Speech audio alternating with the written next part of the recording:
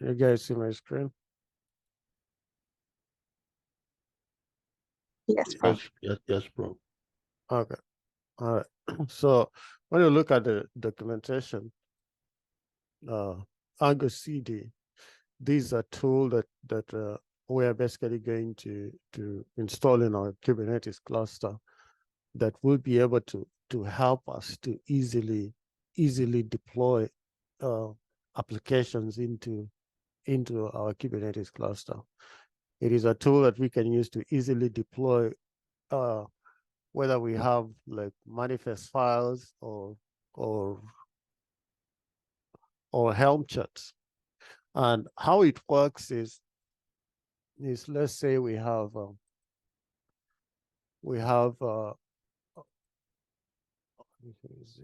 this. Hold on. Let's say we have our, what's happening here? Let's draw to.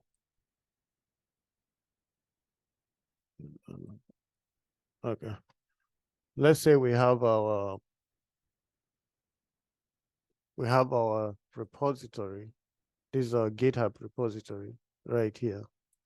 And we have our Kubernetes cluster right here. And this is your laptop.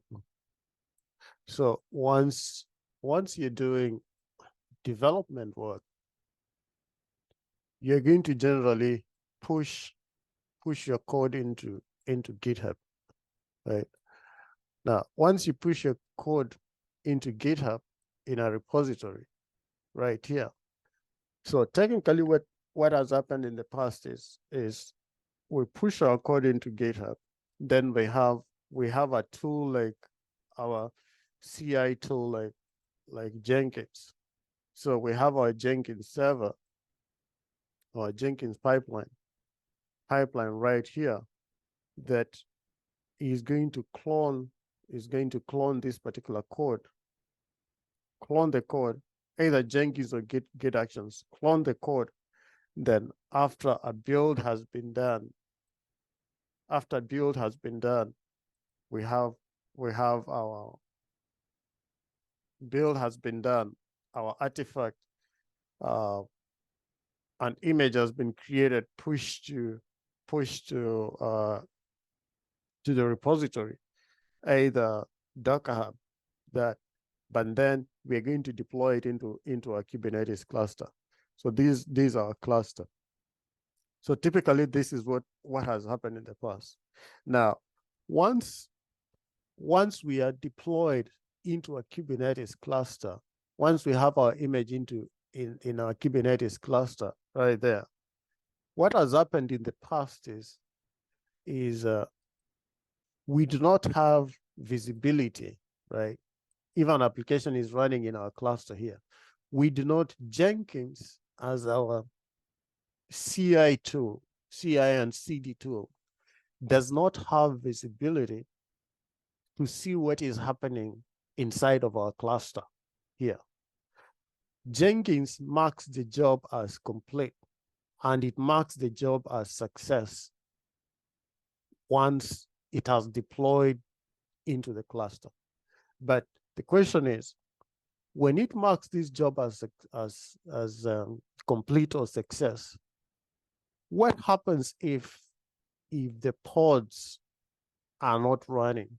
What happens if the image is not found? What happens if something happens to our pods that they are running out of memory? According to Jenkins, the pipeline succeeded, and therefore it marks the job as complete. But the problem now with this arrangement is it does not have visibility into our cluster. So a job is marked as complete, but yet the application could be failing. So that has been the downside. So because of that, a CD tool was introduced, which we are calling ArgoCD, that is able to have visibility in the cluster such that when an application has been deployed, in the cluster, it is able to monitor to see exactly whether this application is healthy or not. And now what ArgoCD does here, it eliminates this middleman, and therefore ArgoCD will monitor directly what is happening in your repository. What is happening in your repository? So what is happening in your repository then becomes the source of truth. So if I push my code inside of my repository, then ArgoCD will see the changes, and ArgoCD, it will deploy it directly to the cluster. Now, because of that, it is able to monitor what is happening in the cluster, at the same time monitor what is happening in the repository. So when this happens, if there is any change in the repository, then ArgoCD will make changes in the cluster. Now, if I decided to go to the cluster and make a change in the cluster, but not make a change in the repository, ArgoCD looks at that and sees that as a difference, as a diff. So ArgoCD, it will go ahead and now correct the cluster so that it matches the repository. So the only source of truth, that ArgoCD has is the repository. Okay, is the repository right here. So it is going to monitor. This becomes your actual state. So look at it as how we've used Terraform. How we've used Terraform, where we have our Terraform manifest files, and Terraform is always looking at the state of your manifest files and try to compare it with the actual state of what is in, if we are using a cloud like AWS, of what is in AWS. So once it compares, it always ensures that what you have declared in your manifest here is the same as what is actually in AWS. So that is the same principle that ArgoCD uses, whereby the actual state of pods running in your cluster will be similar to what you have actually declared in your repository. Okay, so now in order for us to do that, one, we have to install ArgoCD in our cluster. It will have to be installed in the cluster so that it's monitoring the state of the cluster. Then once we've installed ArgoCD in the cluster, then we have to create what we call an application. We have to give it a template that has our repository that it's supposed to monitor. Then apart from that, we also give it, because it being a third-party application, we need authentication. It needs to be authenticated to the repository, to GitHub. So we will need to pass our credentials in the form of a secret. We'll pass a secret, which is a token, your GitHub token and username. You'll have to pass it inside of your application so that ArgoCD can be authenticated to that particular repository. All right. So this is the basic outline of how it works. So you can look at the various documentation as outlined here on the overview on what it is now. For a quick start, we are going to create a namespace called ArgoCD, and we are going to install our applications inside of that namespace, right? Inside of that namespace. So we'll have to download this. Now, this is what we call a custom resource definition. this is a CRD, because ArgoCD is a relatively new application. So when you install it, you are first defining what it is first. So this install.yaml is a custom resource definition. It's a CRD for ArgoCD. So once you've installed it, then the second thing is you're going now to install what we call an application. You're going to install your application, which is your application controller. You're going to install an application that has your GitHub URL, and you're going to install a secret. So once that is done, then ArgoCD is now able to synchronize or to sync with your repository, and it will basically monitor that. So you can look at this particular documentation on how it goes. But I have just a basic outline of what it is. So once we have installed it, then it is going to install a number of services or pods that will be running in the ArgoCD namespace. Then, because we want to access it on the UI, so we will do what we call a port forward. We will port forward the ArgoCD server, right, that is in the ArgoCD namespace, and we'll port forward it to our local host. So once we do that, we will be able to log into the ArgoCD interface, and once we've logged into it, we will be able to access it and create our application. All right. So again, as always, we want to do this as infrastructure as a code. So I have my cluster up and running. I have my cluster up and running. So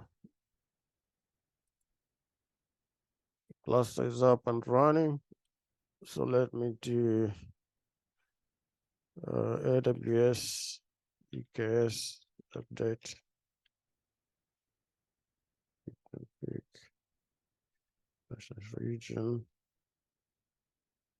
Region is US is one.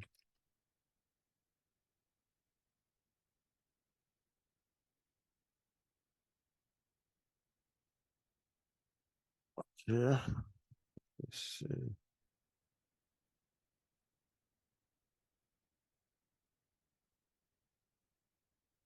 Okay, just pods. Have any pods? I don't have any pods. Keeps it here. Namespaces.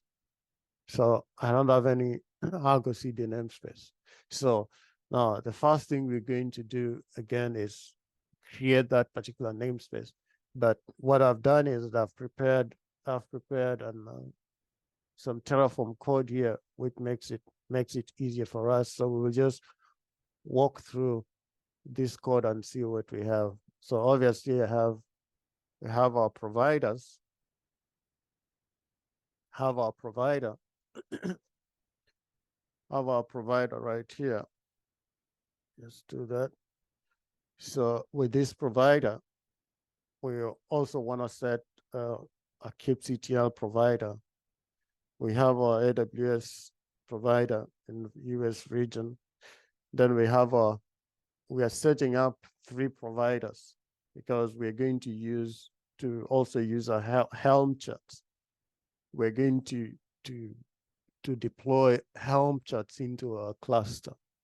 Now, we're going to do both infrastructure. If at work you've been asked to configure ArgoCD, so that is part of your infrastructure. But once we are done that, we'll also do platform work whereby we are running applications. Okay, we're running applications. So we have our Kubernetes provider, which I just created a locals block, because in this Kubernetes cluster, we'll need the cluster endpoint. We'll need the certificate. I'll need the cluster auth. So I pass it as a local block right here, and just call the host as local.host, everything local.certificate, right? So instead of me repeating all this in all this, so I just used a local block. So this is how we use local block instead of writing all these long words. Or you can write a locals block and just call them, right? So I have my Kubernetes provider, I have my kubectl provider, and I have my Helm provider that we're going to use. Then inside of my main right here. So the first thing is I'm going to create a namespace, right? I'm going to create a namespace. Now this namespace, I'm using a resource called kubectl manifest, right? Again, I'm showing you guys that you can use Terraform to deploy into Kubernetes. And I did it this way because so that you have actually the code. We are doing it as an infrastructure as a code, because otherwise I'll have to go into my cluster and manually create these namespaces, right? Manually create these namespaces, but for the process to be repeatable. So I'm using Terraform, which makes it easier to manage the state. I can create this ArgoCD as a module, and anytime I want to deploy ArgoCD, I can just repeat the process by just deploying it as a module. So I have a namespace, right? A namespace, and this namespace, it is going to be called ArgoCD namespace.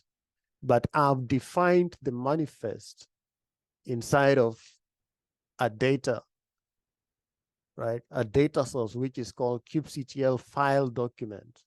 I've named it namespace.manifest. Now, this file document here, if I look at my data here, then I have a data that is called namespace, right? And the content is a file that is in the path of the module, which is in the present working directory, inside of a directory called manifest. And that file is called namespace.yaml. Okay, so right here, I have a directory called manifest that has all my manifests. It has all my manifests right here. Now I have a manifest called namespace.yaml. And this is the file. It is just a namespace, API version v1, kind is namespace, metadata, the name is ArgoCD. So this file, Terraform is going to use this file to create a namespace for me in that. So on the main, for each of these files that exist in this data block, the YAML body, this is how the kubectl manifest resource is defined. The YAML body is each.value. So here I'm using a for each, so that I can put as many files inside of that document. If I had 3 namespaces that I want to create, then I can add another file like this. I can add another file like this. I can just separate them like this, and I can add another file, API version, right? So I can add as many files like this, separated like that. So when I do it this way, then I'm telling Terraform, so for each of these files, even if I have 10 of them, so it is going to loop through those files and be able to create for me those manifests, right? because this file is called namespace. So for each of the file that exists inside of this YAML file, and how will I separate them? Is if I separate them like this, right? So that is a namespace. So for each of that, so I'm creating a namespace first. Then after I've created this namespace, then I'm now going to do it to create the ArgoCD. I'm going to deploy the ArgoCD. So for each of this file document called ArgoCD, right? ArgoCD, then I want to deploy it right here. But this depends on the namespace, right? I've set a dependency on so that if the namespace doesn't exist, then this application will not be deployed. So I'm using dependencies here, right? Dependencies here I'm using dependencies to be able to make sure that the namespace exists first before everything else can be deployed. So once this has been deployed, then now I can deploy the service. Now the service will depend on this ArgoCD CRD. I'm gonna show you. So once I install ArgoCD, I'm going to install a service.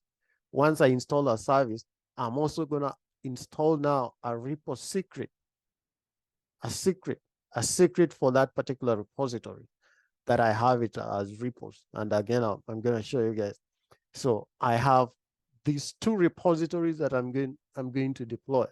So I have this first repository, then I have a second repository that has my Helm charts. And that's why I used a Helm provider. I have a Helm chart that I'm also going to deploy, but I also need to deploy a secret for that particular repository. Then I'm going to deploy my applications for both my manifest repository and for my Helm chart repository. Now, if I look at the data, this is the same thing. I'm just calling either for the service. This is for the install, which I told you, this is the CRD, right? The CRD. This is the manifest. These are the secrets for the repository, and these are the applications. So the applications is like the configuration. You have to configure ArgoCD to show it that this is the repository that you will be tracking, right? And this is the path. This is where you'll find either the manifest or the Helm charts. That's what we call an application, okay? An application. So when I look at this install.yaml,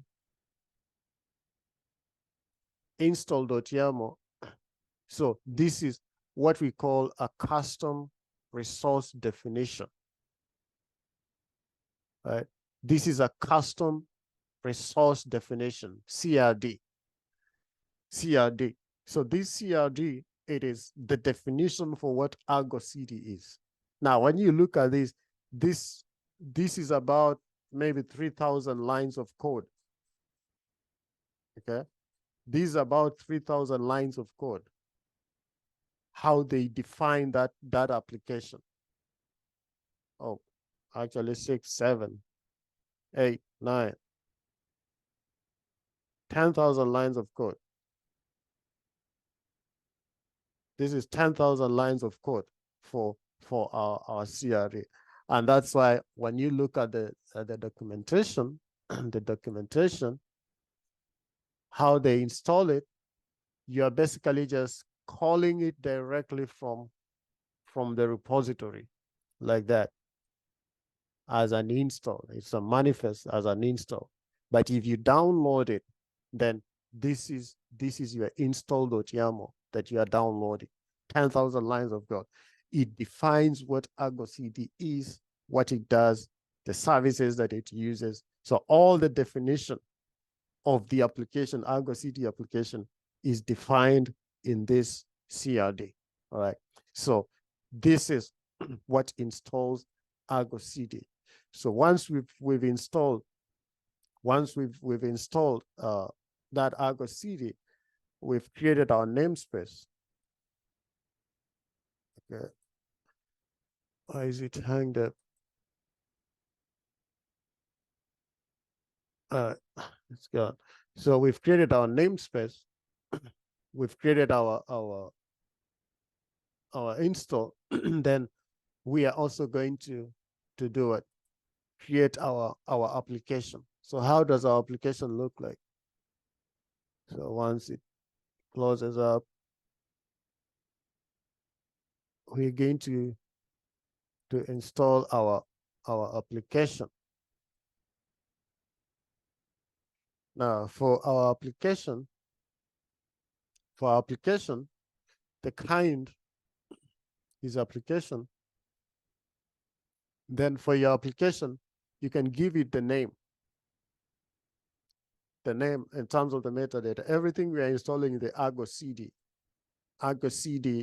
namespace. Then the source here, you are going to put your repo URL. This is the URL that you want ArgoCD to monitor. So once you've passed this repo URL, target revision, you want the head, then the path. If you have a directory, inside of that particular repo. So let me just go to my GitHub.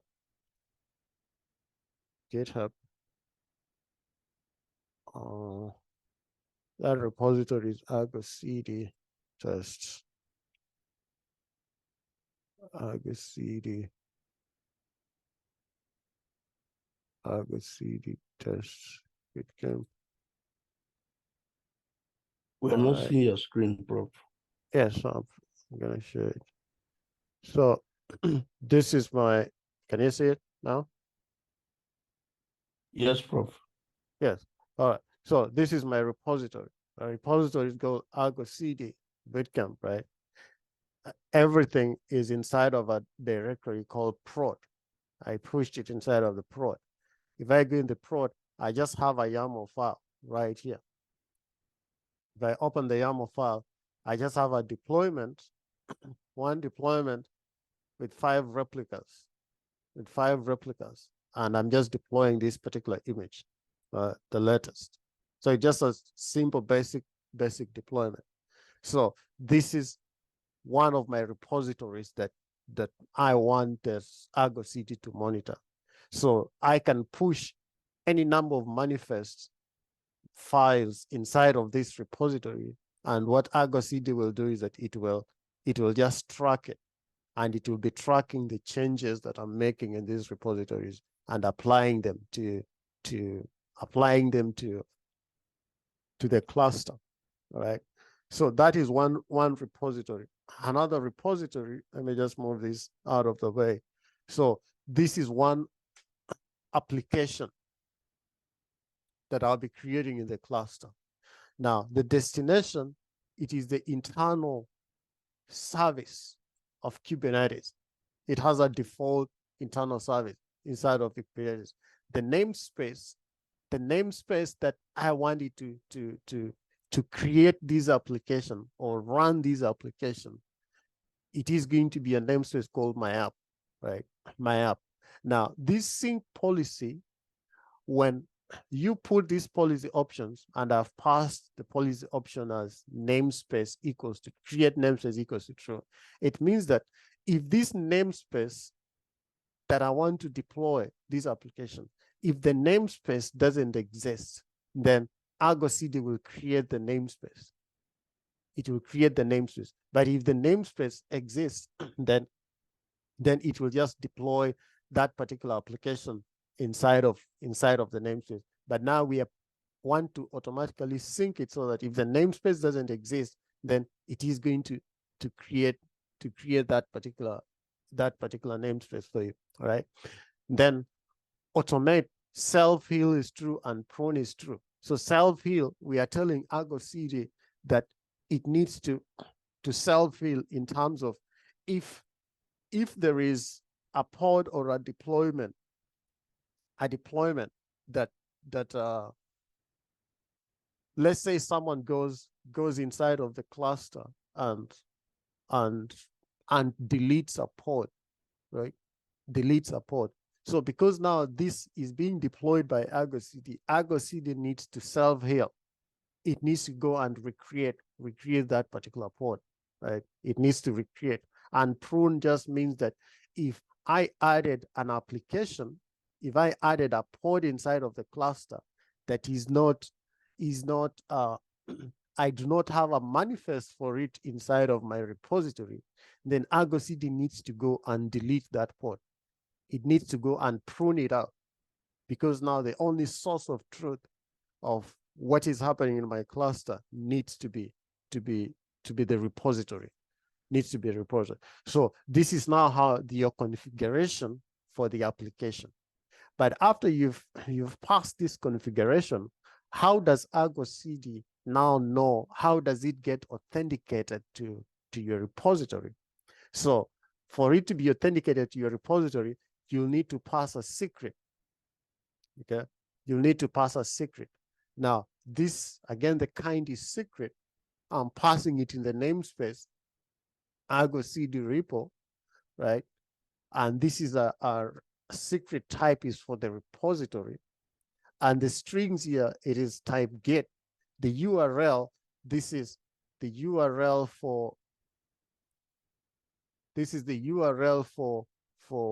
your GitHub repository, right? The URL for your GitHub repository. Let me see this repository, ArgoCD test bootcamp, ArgoCD test, Helm tests, Helm Argo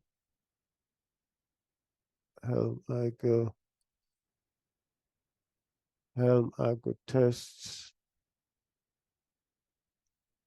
Okay, the URL doesn't match. I have ArgoCD bootcamp, Helm Argo tests, Helm Argo tests, Helm Argo tests. So this ought to be, this needs to be Helm ArgoCD tests bootcamp.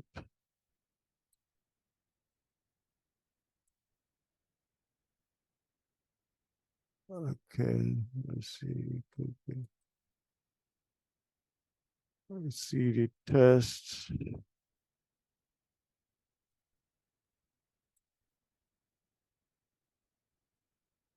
ArgoCD tests bootcamp. All right. So then for the credentials, so you're passing your password. This is your token. So this is your access token to GitHub. So create a token that you're passing there. Then the username that you use to log into your repository. So now once you've passed this, these are your credentials that ArgoCD is going to use. And you're installing this secret in that namespace for those various repositories. So ArgoCD is going to use these secrets to be able to authenticate to authenticate you to GitHub. Then apart from that, we're also creating a service. So the service that we're creating to expose our ArgoCD service, right? To expose our ArgoCD service. So we are creating a service. It is going to create we have an annotation for it to create a load balancer, but we will just use a node port. So we are exposing our ArgoCD server, so that we are able to access it on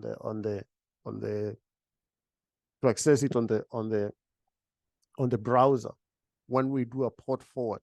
All right. So we want to get a node port so that we're able to log into. All right. Be a good boy. Somebody needs to mute themselves.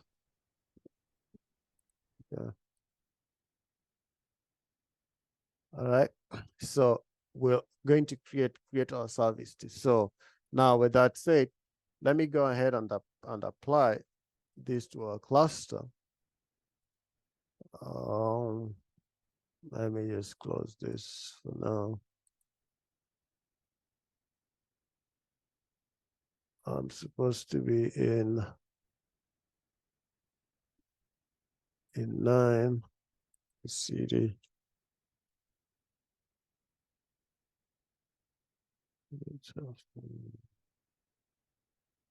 So I have my providers. So I'll do Terraform, confirming it. So initialize. Let me just validate.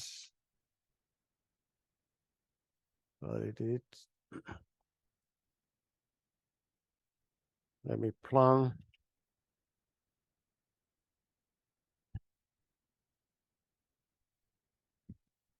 So after I plan, we see that it's going to create 61 applications. All right, so let me go here first. Upset helm. Let me just take these out for now. And for now. So if I plan again, it is going to create 60 applications. Right. So I made the Terraform, apply, auto, approve.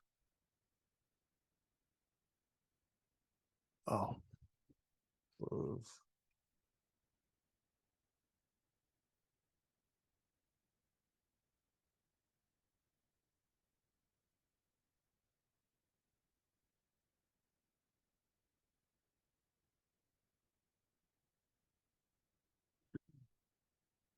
It's creating it's deploying all our manifests inside of the cluster.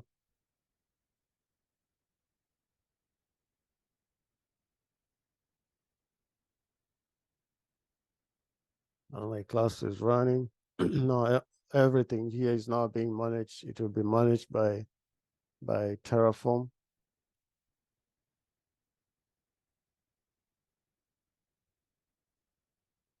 All right. So it has applied all these resources. Okay. It has applied all these resources. Now, if I go into my cluster and I do kubectl get namespace, then I'll see that I have a namespace called ArgoCD that has just been created. Now, if I do kubectl,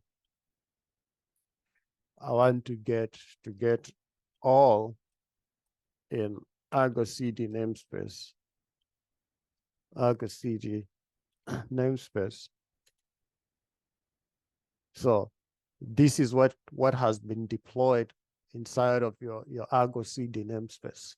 So all my pods, my ArgoCD controller, and the applications have been configured and installed. I have these services that are running. I have all these services that are running for my ArgoCD. The service that I'm interested in is this ArgoCD server. Right? This is the service that you want to expose. And this is the service that we expose as a node port. And that is the port, right? The 443 server, that is the port that we want to use. And that will be our node port, right? Our node port. We have some deployments that ArgoCD deployed all this and tied to replica set. And of course, it has a stateful application that is running. So now with this, we can now do a port forward. We can port forward this and again the command we had it right here. We can do a port forward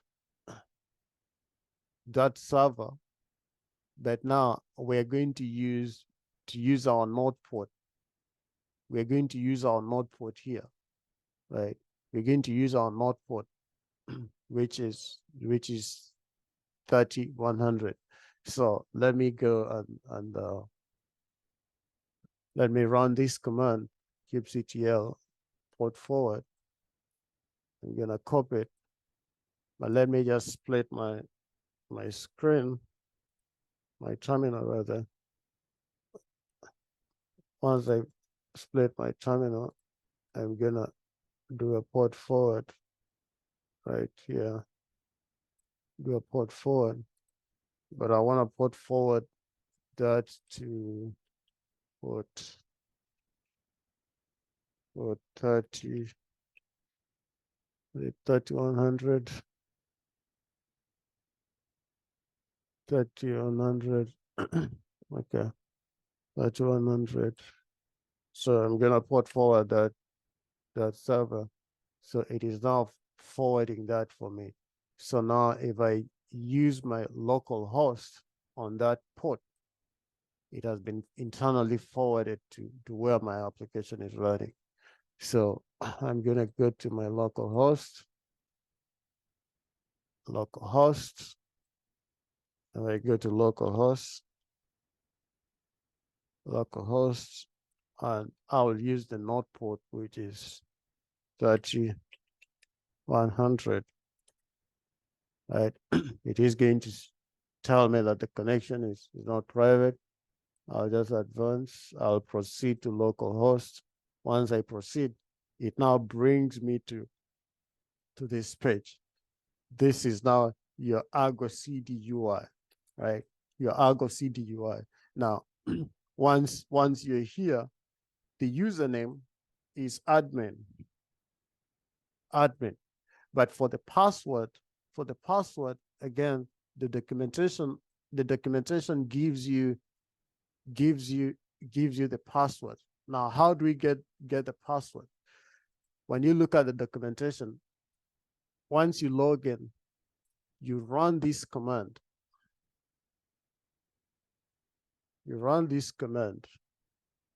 kubectl in the ArgoCD namespace. You want to get the secret, and the secret is ArgoCD initial admin secret.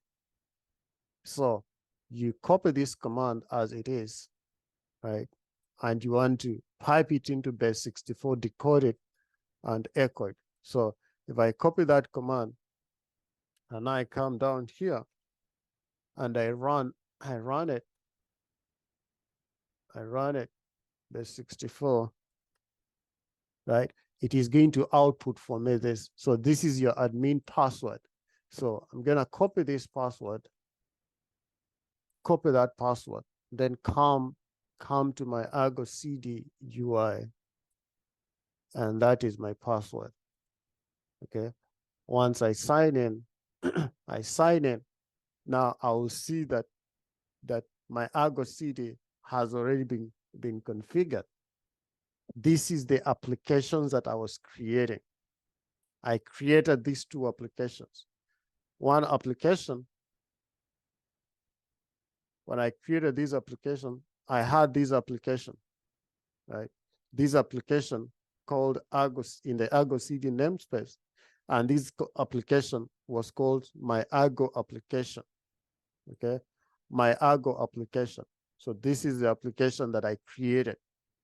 Which repository is it targeting? It is targeting this ArgoCD test bootcamp, right? The namespace where the path is prod.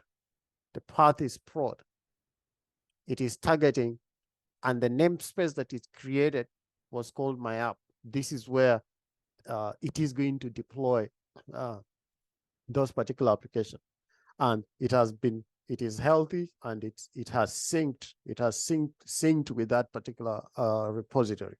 Now I also have another application that I created, the second application set right here, which has my Helm chart, right? map. It is called my app application. Target revision is main, and this is the repository, right? So this is the application. The path, it is Helm chart, demo chart. This is the path that I gave it. So it has configured this particular application. So let's start with this application first. So if I click on that particular application, okay, if I click on that particular application, then inside here, I will see that I have my application, a deployment called demo, right? And these are replica sets, right? These are my replica sets. Now, this replica set, it has deployed 5 pods, and all these pods are healthy, okay? It has deployed these 5 pods, and these 5 pods are healthy. Now, when I look at my repository, let me just directly do it from the repository. When I look at my repository right here, I have declared that I want 5 replicas of this application called demo. My deployment is called demo. Prof, we can't hear you. I can hear. You say you can't hear me? We can hear you loud and clear. We can hear you. Maybe Okay. personal. Okay. All right. So this is my deployment, right? I have 5 replicas. 5 replicas. When I look at my ArgoCD, my deployment is called demo, right? 5 replicas. So this is what ArgoCD is monitoring. 5 replicas, and they are all healthy because they have been synced. Now, what happens if I now go to the repository and I say I want 2 replicas? So I'll go to my repository. I'm just doing a shortcut here, but otherwise I'll go to my editor, do a pull request, and push the changes up, right? Once I push the changes up, do a pull request once it's done, because it is monitoring the main branch. So once I make changes to my repository and I commit my changes, once I commit my changes, now what is going to happen to ArgoCD? Now, how it has been set up, it is going to poll your repository like every 3 minutes. It is going to synchronize with your repository every 3 minutes. But now let me just hard refresh it, right? Refresh it so that it just syncs it right now. So if I click on refresh, it is going to look at my repository. And when it looks at my repository, it sees that in my repository, I've only declared that I need 2 replicas. So what will it do? It is going to do it. It is going to kill or to terminate all the other pods and basically leave the 2 that I've declared. So it is always looking at your repository. Now, what happens if, let's see what happens if I went to my repository and I gave it an image that doesn't exist, right? An image that doesn't exist. So I'll go back to my repo, or if I can find it. I go back to my repo, here, and let me say I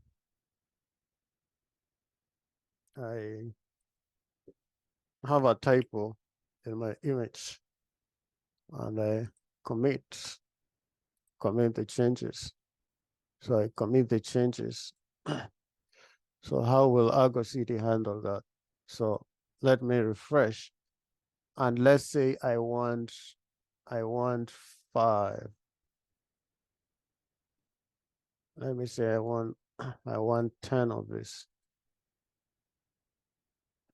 I want 10 of this. 10 of this. Yeah. I want 10 of this. And I refresh it. So once I refresh, it is going to sense that I need to create I need to create 10, right? 10 replicas. So it starts creating from my deployment, it starts creating the replicas, right? But because of the rolling update deployment, this deployment is not healthy, right? This deployment is not healthy. But it doesn't terminate the initial deployment. So it scaled up the initial deployment, the healthy one, but it's waiting for this to be healthy first. So if this becomes healthy, then it is going to terminate this. But because it doesn't find this image, it doesn't find the image, so it will run. So if I look at them, you can look at the manifest. I'm looking at Mungo 1 right here. So it doesn't find it, and that is the manifest for it. It doesn't find it, right? And therefore, this deployment will become unhealthy. But now, because of high availability, it didn't terminate the healthy pods first, because my application still needs to continue being online, right? Being online.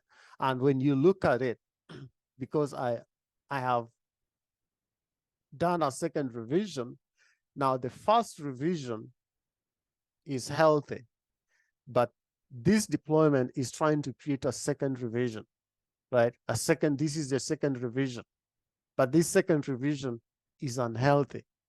So now, because of this, ArgoCD is able to maintain your application, your healthy application, right? It doesn't terminate until your revision is healthy. So that's why now for this, we find that basically we can't, your application will not be able to go offline, right? But from here, we see that it's monitoring our clusters. It is monitoring our cluster. It is monitoring our repository to make sure that we have everything is synchronized, right? So so because of that, I can go back to my cluster. I realize that, oh, I made a typo because what ArgoCD is showing me. So I can go back to my cluster and I can make my changes. I can make my corrections, and I can see I actually just need 6 of them and make my commit. I can do that. Then every 3 minutes, it is supposed to poll. Once it polls, it says that everything is healthy, and I have revision 3. This is revision 3 that I just created, right? 3rd revision. So all these pods, 6 pods, are pointing to revision 3, but I still have revision 2, right? I still have revision 2. So I have revision 2 in case I need to roll back, right? Maybe there is something that happens. So I have my revisions. Currently, I'm on revision 3, right? I have 6 pods, but on my revision 2, right, I can look at the details on revision 2. Revision 2, that was my app, and this was revision 2. Right now I have 0 replicas, right? I have 0 replicas. So I'm able to see the details for basically for my revisions, right? For my revisions. So if I go here, you can sync, you can look at the logs. You can look at the logs for your deployment, right? The logs for your deployment. All right. Logs for your deployment. So now with this, I see that I have my application is healthy and running. Okay. Now I can look at my other application. So my other application is a Helm chart, is looking at a Helm chart. So on this particular Helm chart, I have that demo chart. It has a deployment. It has a service account. because I'm using a Helm chart, then it also deployed a service, right? It also deployed a service. Now, it deployed this, it has a replica set. And inside of that replica set, I have passed that I want 5 replicas. Okay. I want 5 replicas of this. So now it has deployed for me this particular service, this particular service and replicas. Now, in this, I have my pods. Obviously, my pods are still running. It is the same application, but now for this one, I just deployed as a Helm chart. So it is the same application, just converted into a Helm chart. My app is the name, and it is monitoring that particular repository. Now, what if I wanted to deploy another chart? I can deploy another chart by creating an application. So if I wanted to create another application, to deploy another application or a different chart within the same repository, then what I will do is that I'll come to, let's say I want to do it, I can do it in Terraform. I can create the application using Terraform, just like I did. So I can come to my applications here, application set, which is that. Then let me just copy this.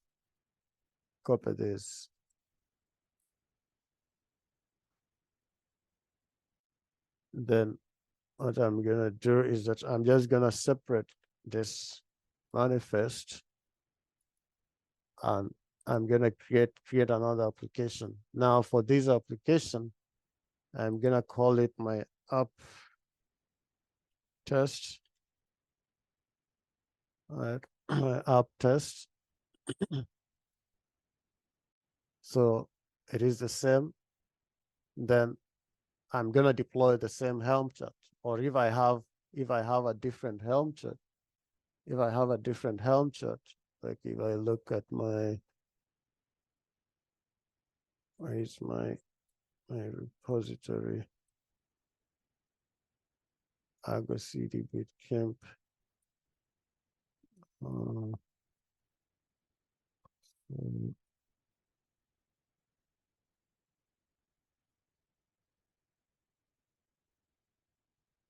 Okay.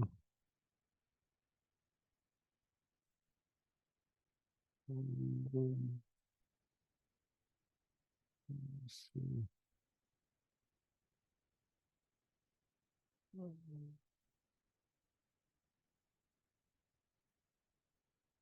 Let me go to my repositories. I guess CD test. I guess this. What was the name of the repository? It's called Helm Argo Test. Helm Argo Test.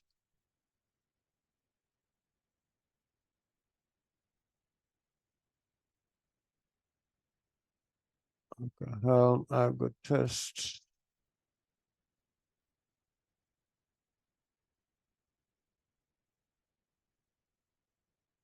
Helm Argo Test.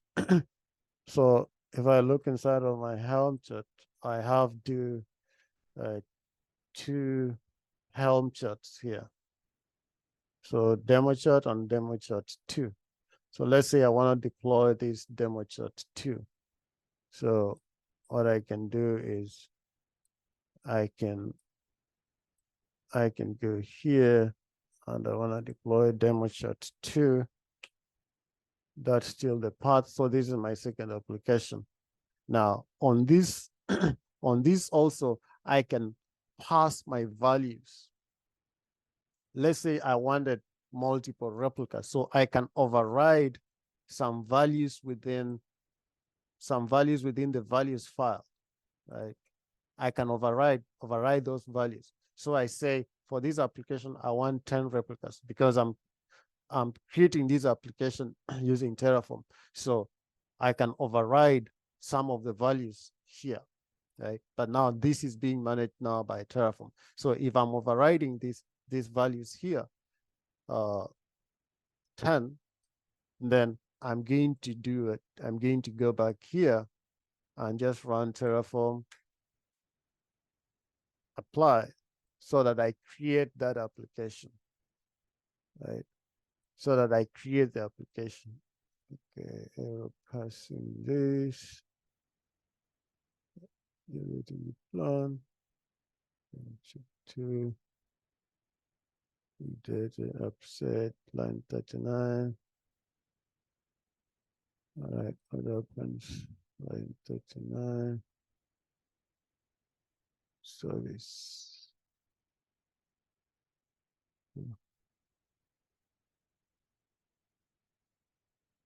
What is the error? Service. Values.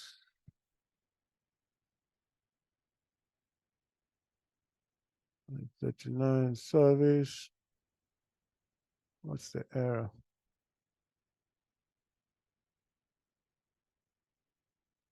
Are the two services supposed to be in the same port? Huh? Port 8081, the same. Oh yeah, you commented the other one. No problem. Yeah, as a target, but no, it's saying it's an error. Oh, I know, right? No way. Okay. Successful apply.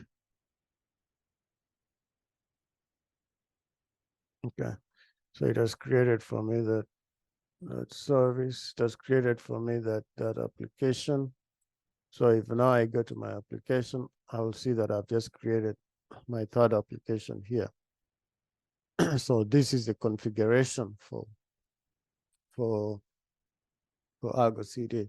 So you always have to create an application first. An application, you're configuring your ArgoCD, like which repository it's supposed to track and which path where it is getting its manifest from. So now this application has been configured. If I click on it, this application is healthy. It has deployed for me 10 10 pods, because that is the replica count that I wanted. Now, if I went to the, let's see what will happen if I'm just gonna zoom and let's zoom out a little bit so that I place this up there. I place this down here. Place this down here.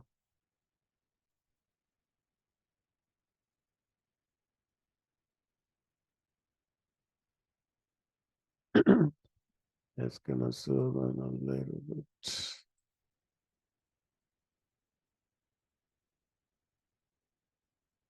So I have my application there.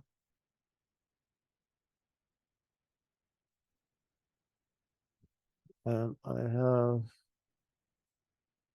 my environment here. So if I did kubectl get pods, and this is in the namespace, my app get pods. That is my test deployment. Let me get pods, get pods in all namespaces -a. So I'll see that I have inside of my app namespace, I have this particular pods. Then in the default namespace, I have this application, my app test. My app test, you might try to reduce the size. So I have this, my app test deployment, my app test deployment for demo chat 2. It has 10 pods that are running. Okay, 10 pods that are running. Now, what will happen if now I went to the cluster, and tried to delete this deployment? Okay, try to delete this deployment. This deployment is called my app test in the default namespace. So I can go to the cluster and do kubectl. Let me see how it's going to handle kubectl. If I get deployment, obviously in the default namespace, I'm going to see that I have this is 10. I have this my app demo chat deployment.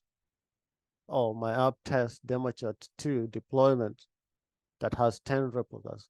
So let me see if I can delete that deployment. So I can do kubectl delete deployment. What deployment do I want to delete? I want to delete this. Copy paste. So if I delete it, it says it's deleted that application, my app test. Yeah, my app test. Now, once I refresh it,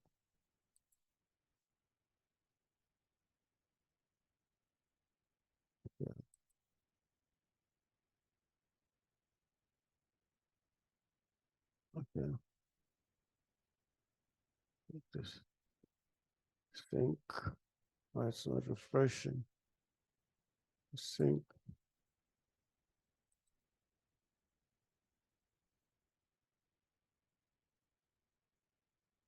Yeah.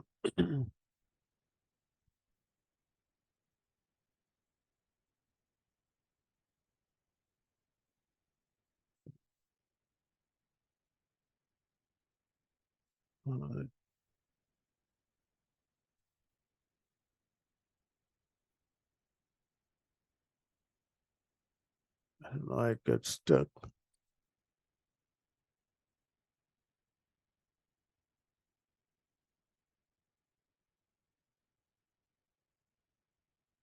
I got stuck.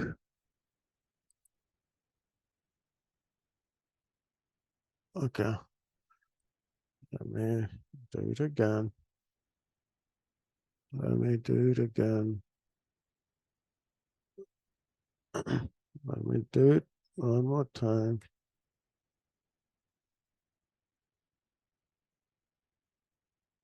Maybe by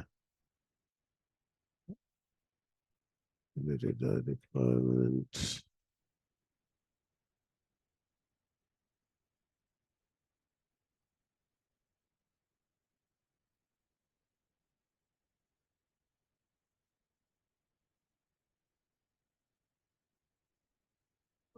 Okay, ICE my application. This application is unhealthy. It's missing, it's out of sync. And to synchronize. Synchronize.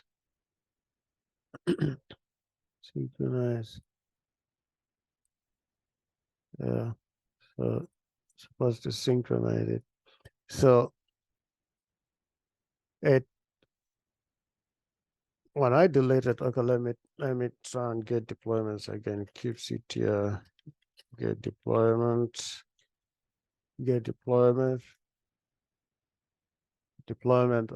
I have 10 replicas. So let me delete that deployment. If I deploy that deployment, but after a while, if you synchronize it, right? So if it synchronizes it again, like after 3 minutes, it is supposed to auto sync, right? So because ArgoCD is monitoring your repository, so the only source of truth that you can truly make changes to your cluster is if you use if you go to the repository. But otherwise, every time it synchronizes with your repository, then it is going to overwrite any change that you've made in the cluster. And if you go there, you'll still have your 10 pods running, right? So ArgoCD always looks at your repository as the only source of truth, right? The only source of truth for for any updates inside of your cluster. So if somebody goes directly to the cluster and make changes, then ArgoCD will override that, because everything needs to be done using GitOps, whereby you are writing your manifest, you're pushing to the repository, you're making a pull request. Once it's approved, once it's merged to the main, then ArgoCD will synchronize that, because that is your intention. It is the source of truth. That becomes your intention. Now, once it has that intention in the repository, then it's going to apply the changes. And now the beauty of this is that you are able to see the state of your application. You're able to see the state of your application on the UI. So if something happens to any of your application, any of your pods, then you are able to see if it's synchronized, if it's not healthy. It is able to show you, and you are basically able to monitor all your applications, right? You are able to monitor all your applications like this, right? So now with this, if I can see that right now I'm running on 3. I can look at details of the pods. I can look at my revisions. Can go on revision 3. I can look at the events that happened, everything that happened right there. I can synchronize. Once you synchronize again, you're just synchronizing the repository. You're just synchronizing the repository. I can look at my app details. It shows me the detail of how I configure the app. I can edit it right here. I can look at my manifest. This is my manifest that was used to configure that application. It can look at the events. You can look at parameters. You can configure parameters here. You can look at the summary, right? Then for my deployment itself, I can look at the details. I can sync. I can restart the deployment, right? For my application, again, I can look at it. And because this is a deployment, I can look at the rollback, at the history and rollback, right? So I can look at the history. So I can look at, this is my current revision. This is what is running, but I can look at the different revisions. So let's say I wanted to go back to this particular revision, right? This particular revision. So again, I can go here and I can roll back. I can roll back to that revision. So once I do that, my application is rolling back. But this revision 4, I'm rolling back to what wasn't working, right? What wasn't working. So it is rolling back here. But this is the deployment that wasn't working correctly. So let me roll back to revision 3. because revision 4 isn't working correctly. So I can look at my rollback history, and I can look at what revision was working. I can roll back. I can look at that. It is going to show me the manifest at what I changed, right? I changed that. But I want to, let me go back to this, roll back to this. Right. And it's gonna roll me back. Now I'm on revision 5. I'm on revision 5, right? Which is a stable revision. But revision 4 was also good, right? Was also good. Then just says out of sync, so you can synchronize, but at least you have your application up and running, and you're able to see it at a glance. All right. So these are just the benefits that ArgoCD brings in, just in terms of visibility, in terms of it ensuring that the only source of truth for your cluster is your repository using GitHub, right? Then with this, you can manage different repositories. You can configure repositories to connect with. If I look at applications, I can add a new application. So I can also configure an application here. I showed you we can use Terraform to create the application. And I did that because so that the process is easily repeatable. You have the code and you can just do that. But otherwise, once you've logged into ArgoCD, you can configure a new application right here, right? You can put the application name, the project name, your sync, whether it's manual, right? The same thing, we want to prune all that. Then the source, you're putting your repository right here, repository, the branches and the path and the destination inside of the cluster. Same thing, what namespace, then the directory, top level. So you can configure your application right on the UI here. Okay. And once you create that application, it is going to appear here as an application. So you can manage hundreds of applications just by configuring different applications, and they're monitoring different repositories. So anytime you want to check on the state of maybe this application, this could be for the development because of the namespace. This may be the prod application that is running, or multiple. This is for staging. So you can just name them accordingly. And if I want to see the development application, how it's doing, I'll just come to that particular application. I will open it, and it will be able to show me the state of that particular application in the specific namespace, because when we configure this my app test, the namespace was default, right? We set it up in the default namespace. But this, we say we put a namespace as my app namespace. So this is in the my app namespace. Namespace is my app. So you can have multiple namespaces and deploy different applications in different namespaces, right? But you are able to see all of them right here on the UI, okay?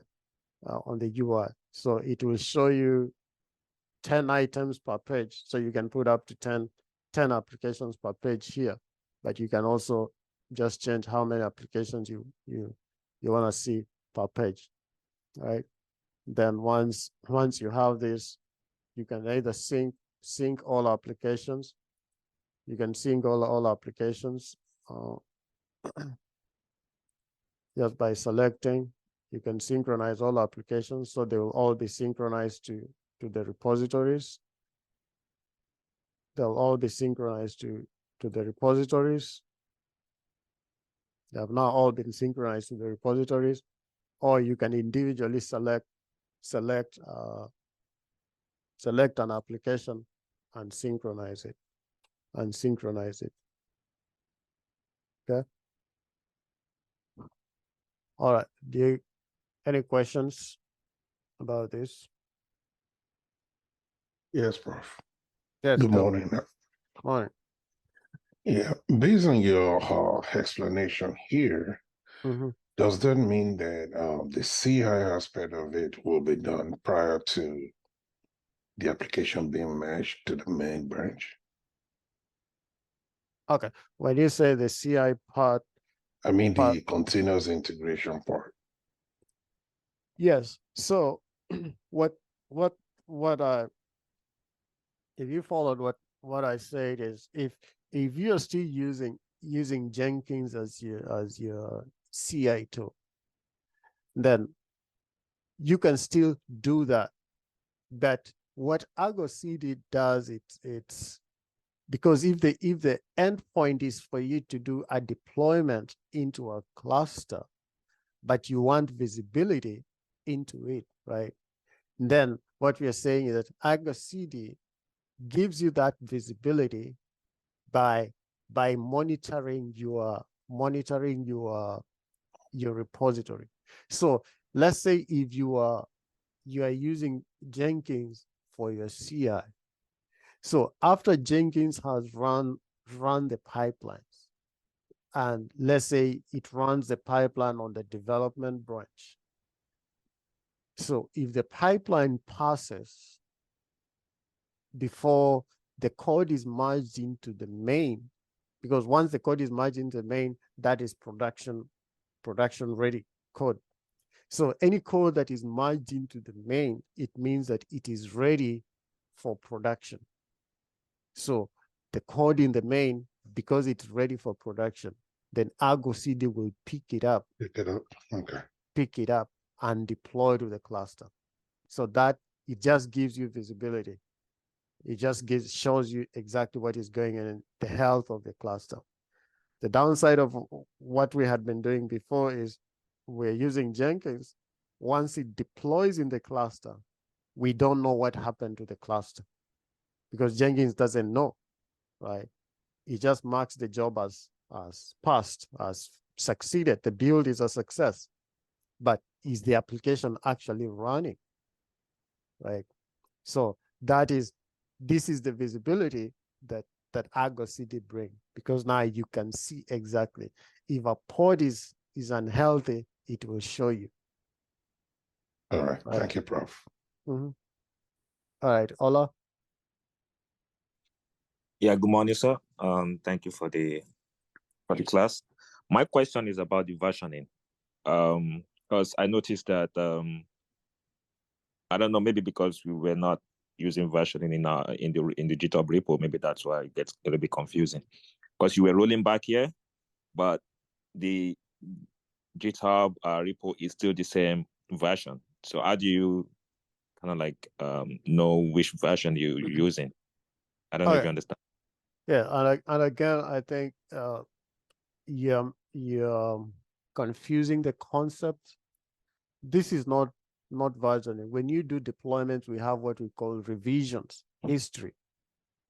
Deployments, when you do a deployment, it gives you the other advantage. It gives you a revision history whereby you are able to roll back. It is the same deployment, but you are able to roll back, right?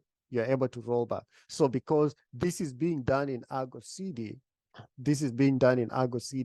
so it is just keeping a revision history right here. So it is monitoring the revisions and basically rolling back within the cluster because it's managing.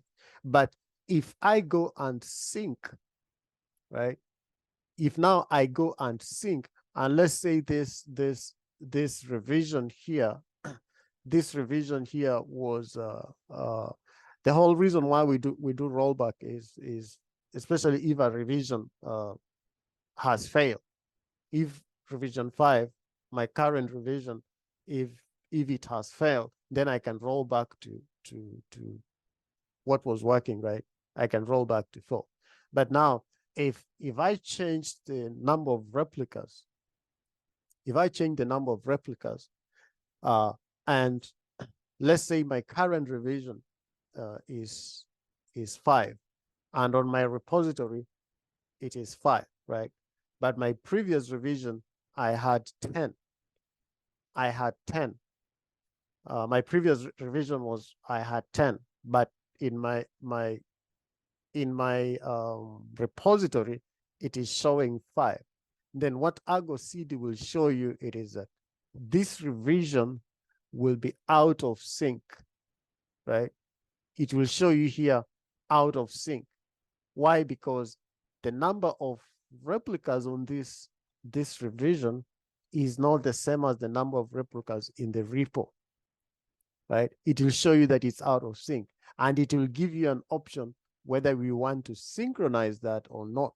So once you roll back, you can synchronize with your repository so that everything in the repository is now synchronized, right? But otherwise, your application will be healthy, but it will just be showing you that it's out of sync. All right. So don't confuse semantic versioning with revision history. This is a property of deployment when we do a deployment in Kubernetes. Does that make sense?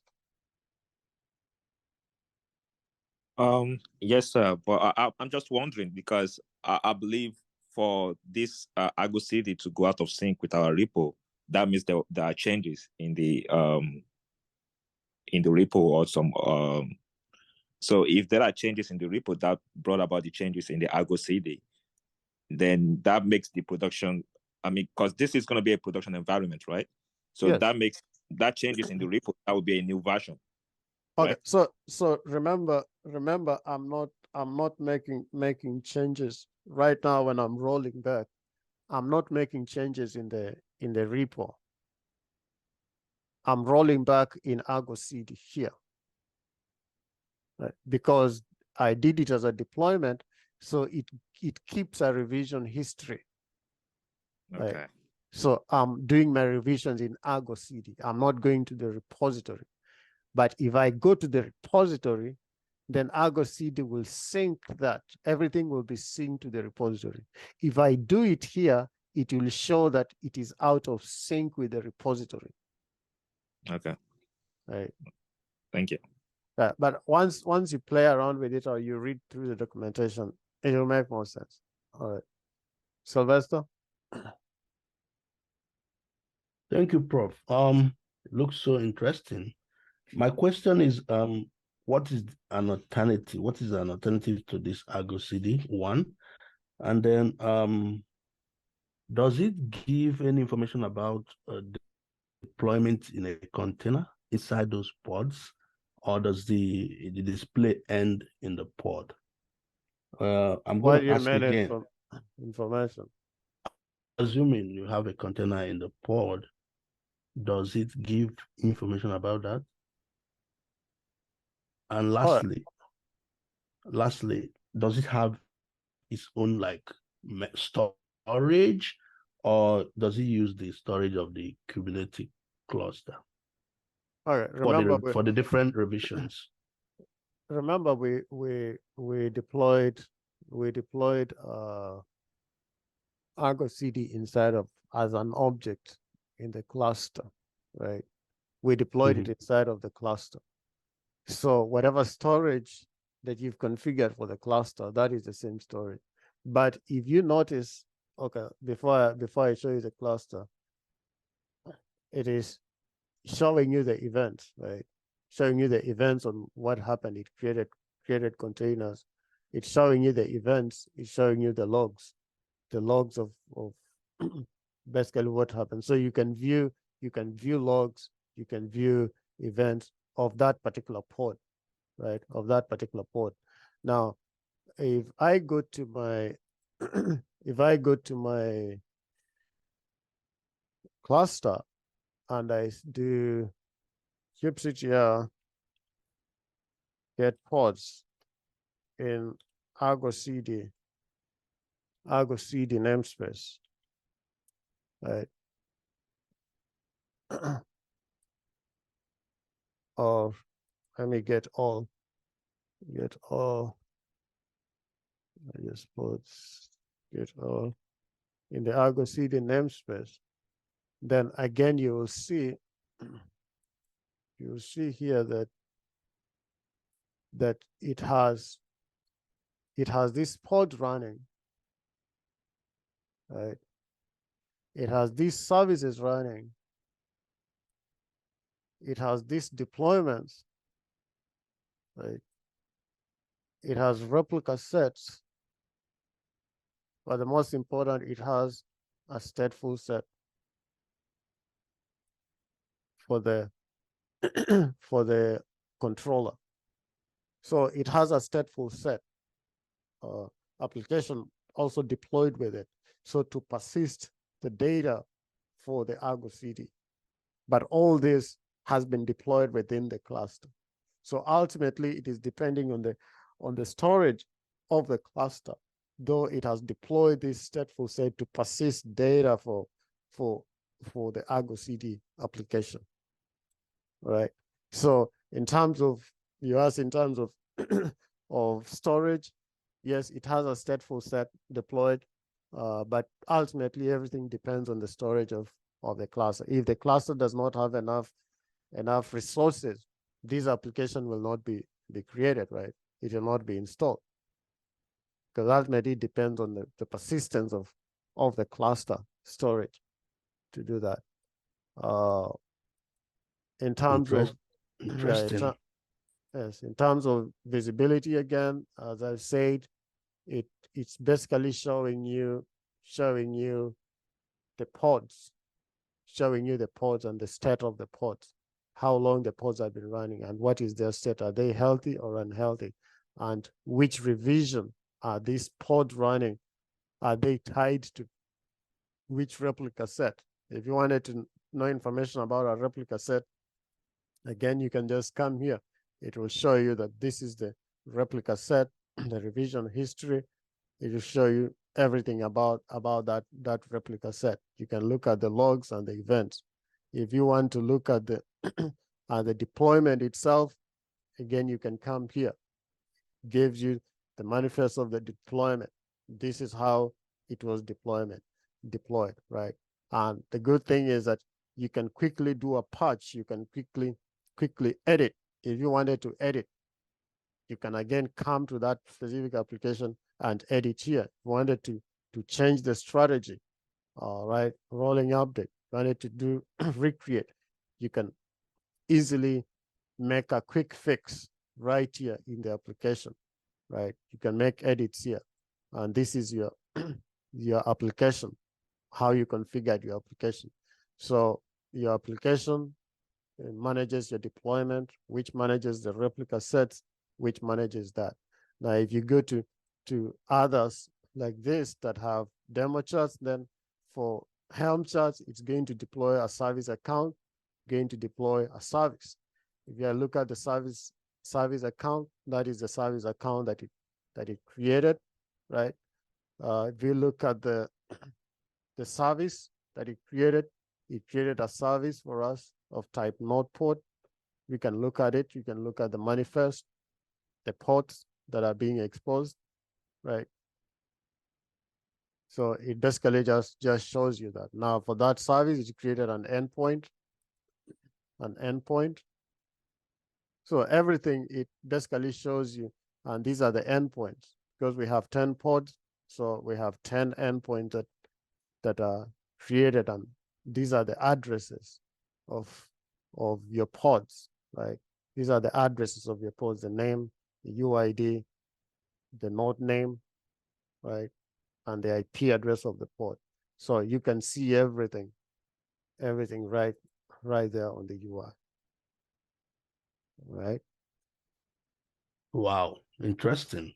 So what is an alternative to ArgoCD?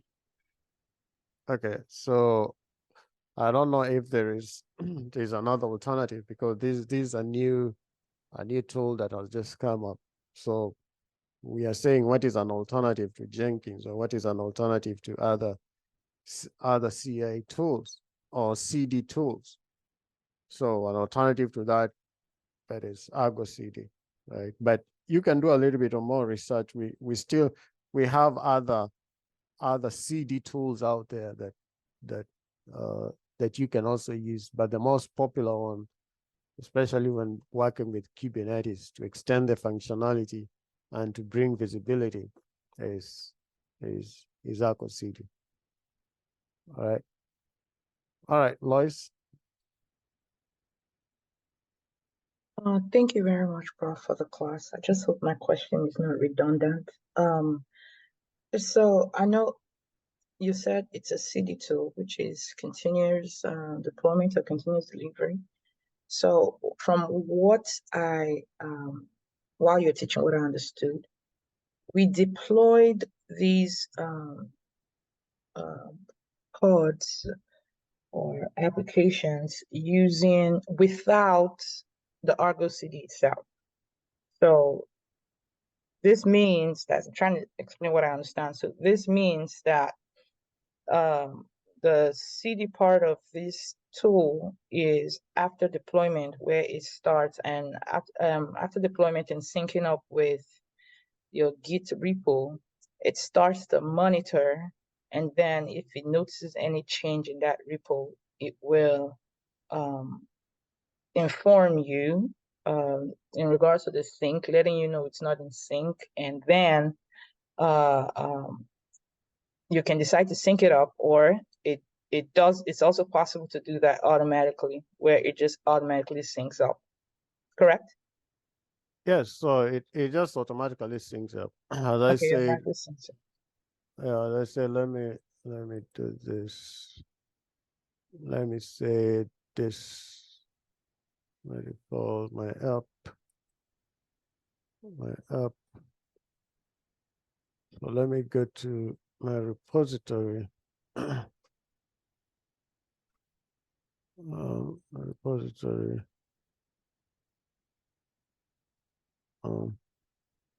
Where is my repository?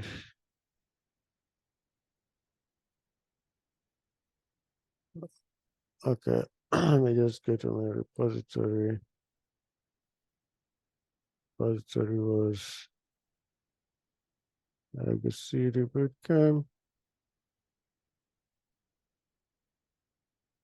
Maybe that. So let me just say I want I want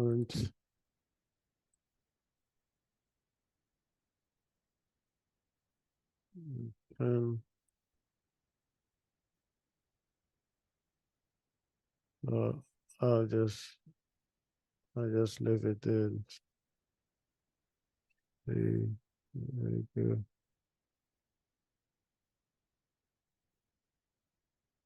Which was this, my app.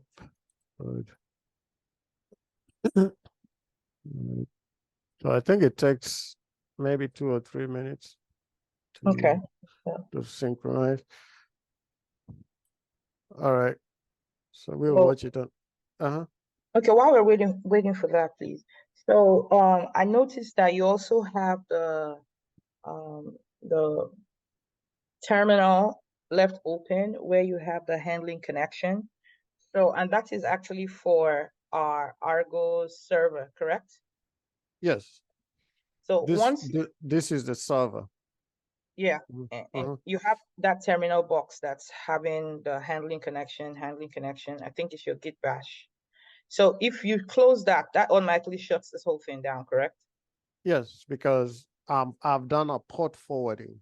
I've forwarded, but otherwise you can create a service of type load balancer, because I created a node port. Remember, again, this is where you need to understand the concept. Remember, my cluster is in private subnets, right? My nodes are running in private subnets. So because they're in private, I cannot access it. I cannot access it from the internet, right? because they're sitting in private. So because I cannot access it in private, that's why I have to use kubectl, which is a command line utility for the cluster, and I want to expose the port. I want to expose the service as a node port so that it is exposed on the it is exposed on the node. It is I'm exposing something that is in the private. I'm exposing it so that I can access it from the internet. That's why I used a service of type node port. But then I went ahead and did a port forward. I forwarded it to my local host. If you forward, I'm forwarding it from the cluster as a node port so that I can access it from my local host. So that's why I use port forwarding. But otherwise, you could create a service of type load balancer. Then that one, load balancer, it will obviously be accessible from the internet.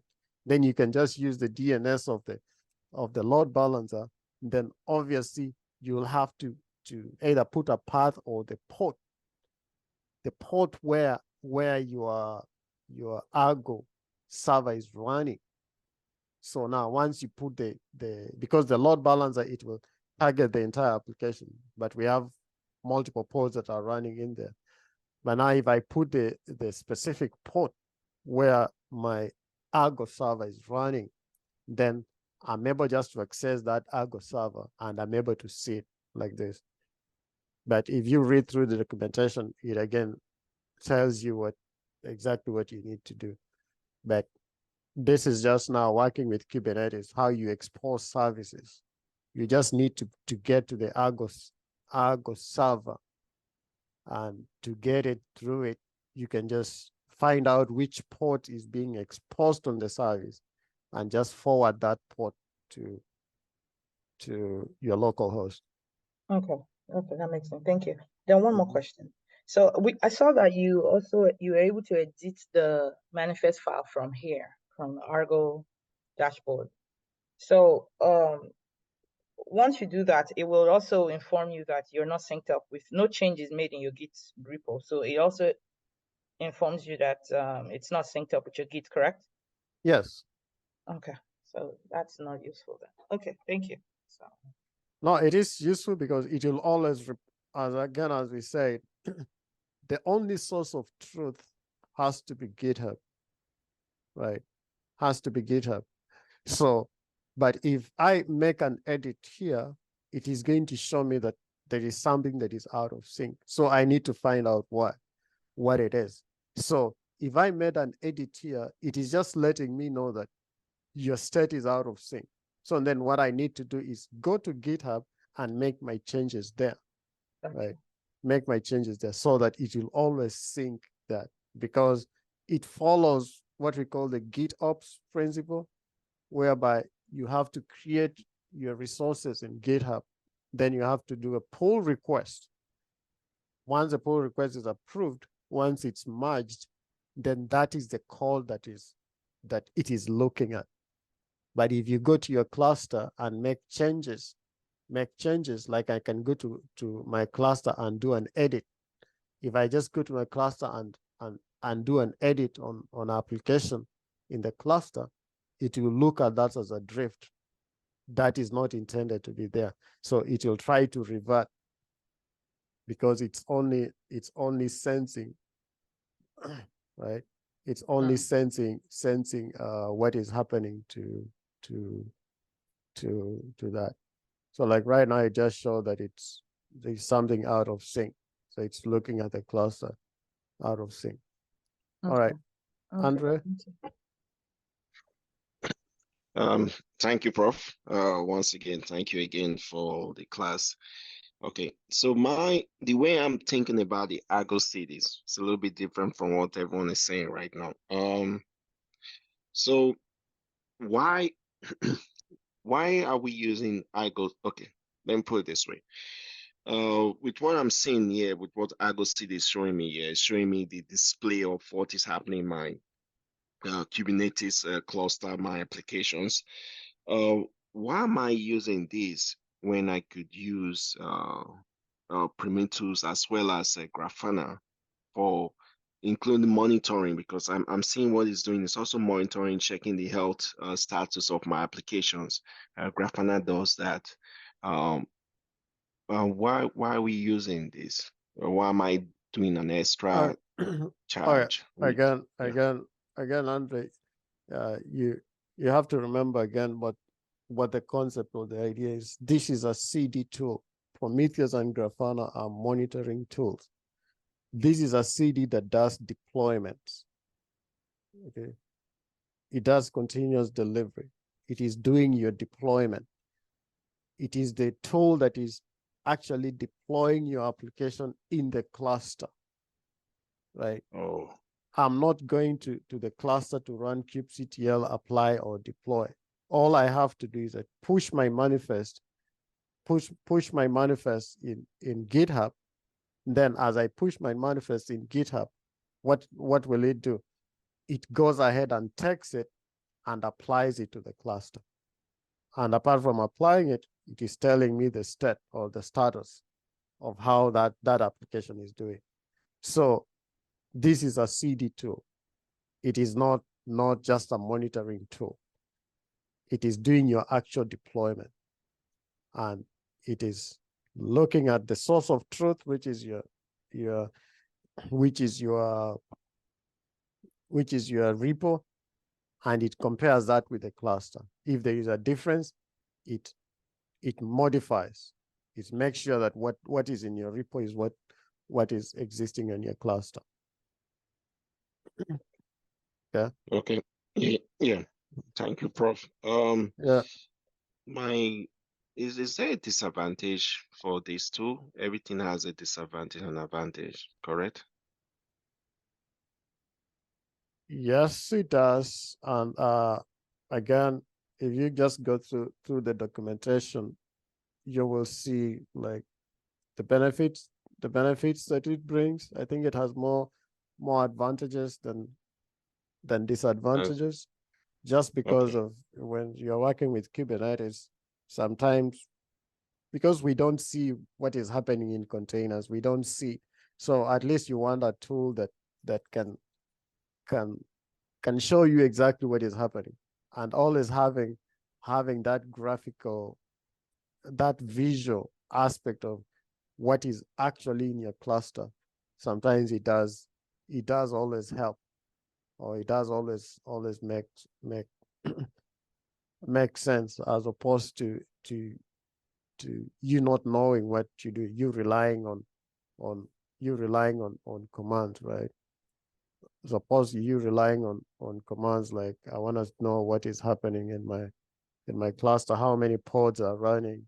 So I'll always have to do kubectl get pods,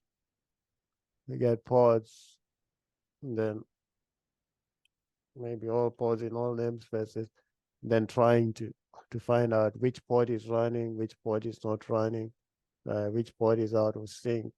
So instead of me doing this, then I can easily just look at my my application.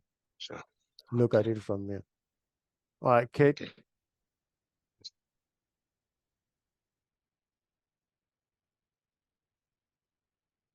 All right, YouTube. Thank you so much, Prof. Yeah, Prof, I have two questions. If we use GitHub for version control of our code, then why are we using this ArgoCD again to version control the code? Is it that the GitHub does not do the job, or is an additional all right, Kate. All right, Kate. I code think quality tool that we are using to? All right, Kate. Again, not for me to sound like a broken record. What I've just said is we are not using this for version control. This is a CD tool that is just deploying our code into the cluster. All right. Whenever we are doing deployments, it is Okay. keeping our revision history. Do not confuse revisions with version control, right? ArgoCD doesn't know anything about versioning, version control. It only knows the code that is in the main, it takes it and it deploys it. Whether that code is versioned or not, ArgoCD doesn't care, right? All that it takes is your Helm chart or your code. You care about which version you are deploying. So that is the part you will care. ArgoCD doesn't care. It will just take the code in the repository and deploy it. Once it deploys, if it's as a deployment, what it's doing is that it is doing what? It is keeping your revisions, it is keeping your history of that particular deployment. How many times have you changed that deployment? This revision history is not synonymous to your versions, right? So that is something that it just has to be clear. This is not keeping versions. This is revision history, and that is a property of deployment. If you go back and read up on deployment strategies, you will see that when you deploy an application as a deployment, you are able to roll back. How do you roll back? You roll back because it keeps a history of the previous deployment. That's why you are able to roll back to it. You're able to go back to it. You're able to undo changes, right, by rolling back. So this is what we call the revision history. All right. All right. Prof, thank you so much. I have yes. another worries, please. Okay, I want to ask, where do we get this documentation? What? The documentation I'm seeing from your screen. The documentation I'm seeing from your screen. Where do we get it? Yes, your documentation is, you just go online, ArgoCD, right? You can search ArgoCD. Okay. Oh. ArgoCD. It should be right here.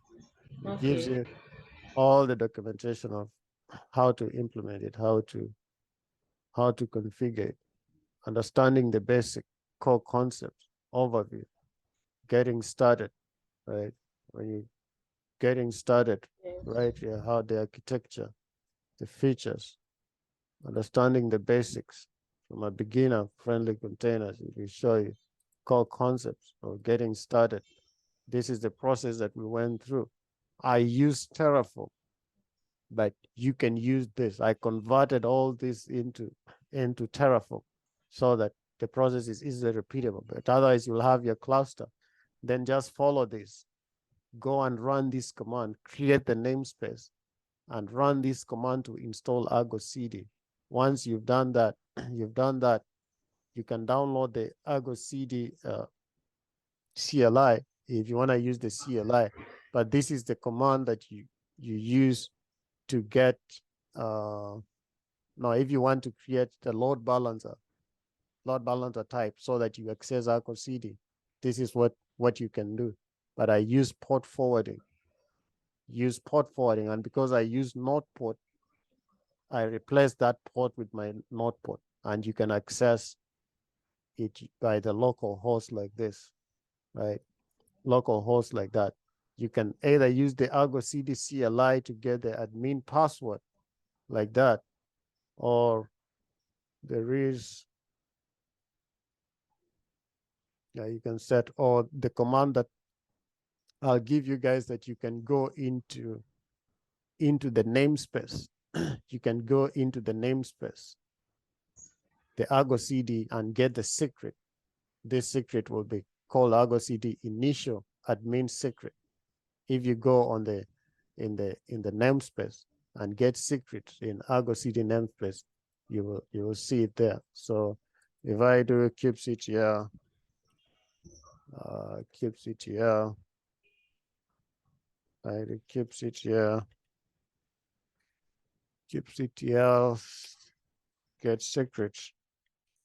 get secrets in ArgoCD namespace, you will see that you have ArgoCD initial admin secret. So this is the secret that you use to access your ArgoCD UI, but it's encoded, so you have to decode it. If I describe it, if I describe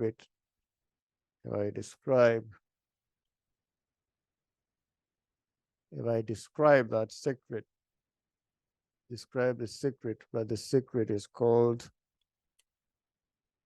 Argo admin. I copy it and I describe that secret in that namespace.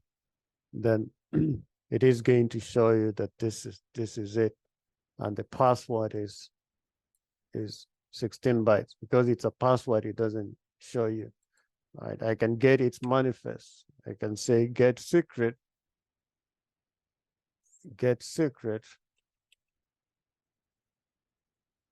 I can get the secret, and I can do -o, right? I can get the YAML file of that particular secret, and this is the password, right? That's the password. The data here is the password. So this is the password that we're using in the ArgoCD namespace. So once you get this password, once you create ArgoCD, it will create this secret for you.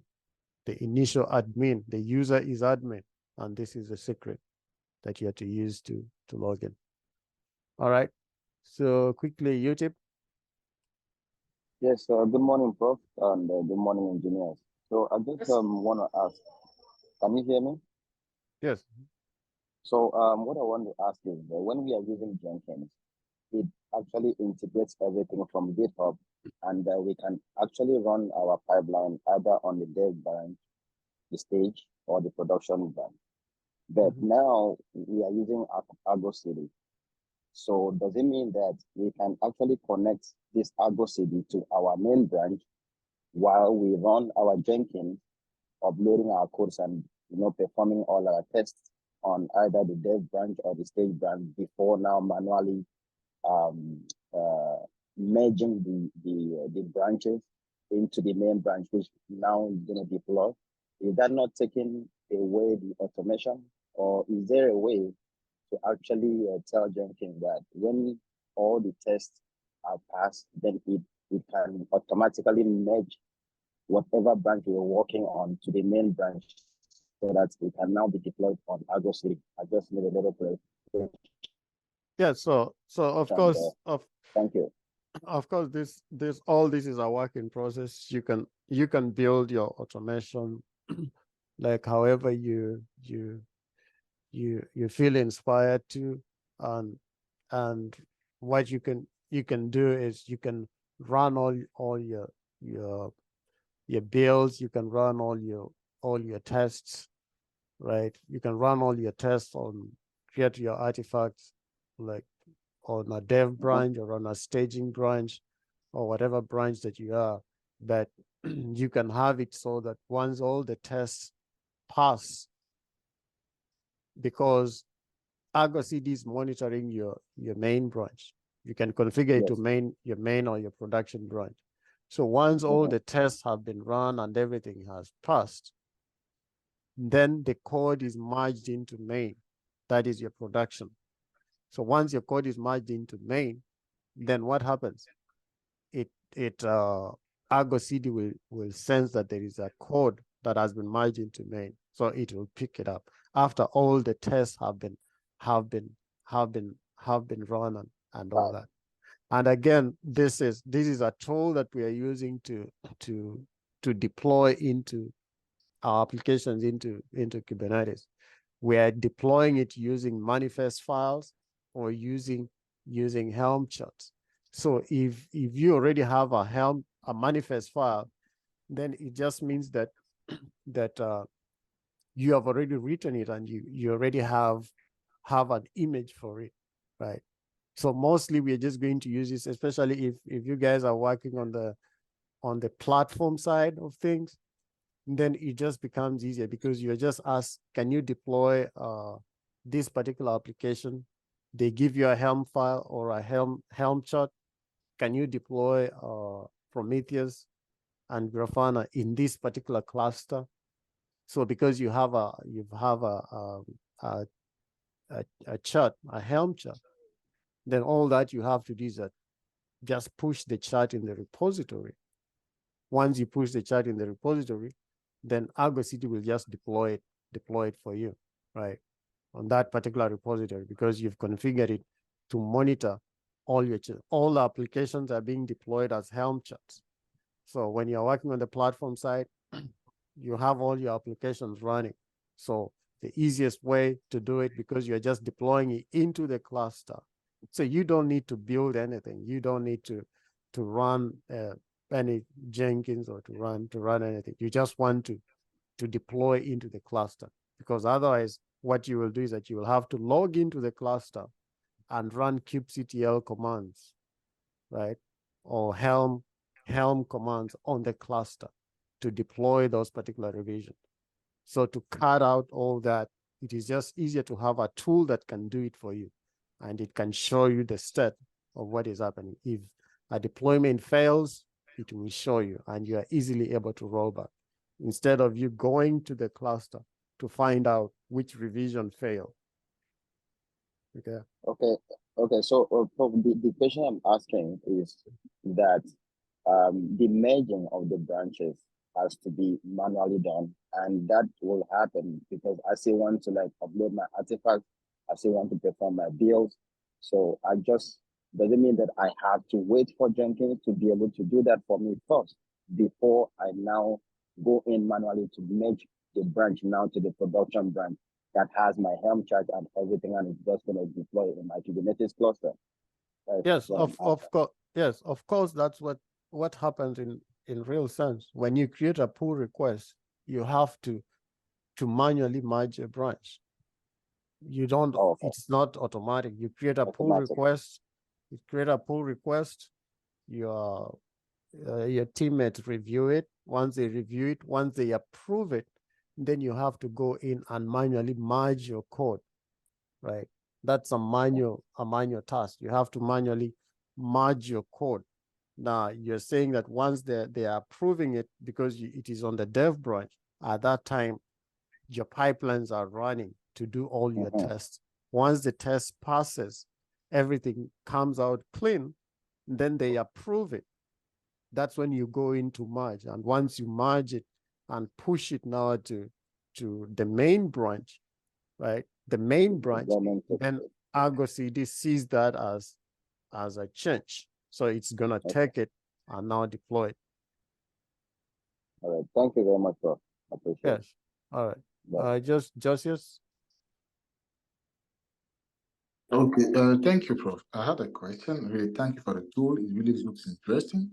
I heard you insisting always on the fact that Git should be our single source of truth for all the current and past deployment.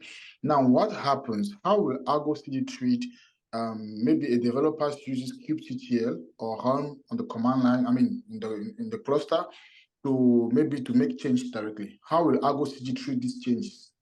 Yes, and again, you saw me try that. That's what it will show you as it is out of sync. So it will go in and delete the changes, right? It will go in and delete or revert the changes. Now this one just shows that it's out of sync. So I guess I need to refresh it. It just shows us that it's out of sync. I haven't configured it correctly, because what is supposed to happen, it is supposed to actually automatically sync it. Let me see, out of sync. I think on the setting it's manual version start version status hook. ArgoCD.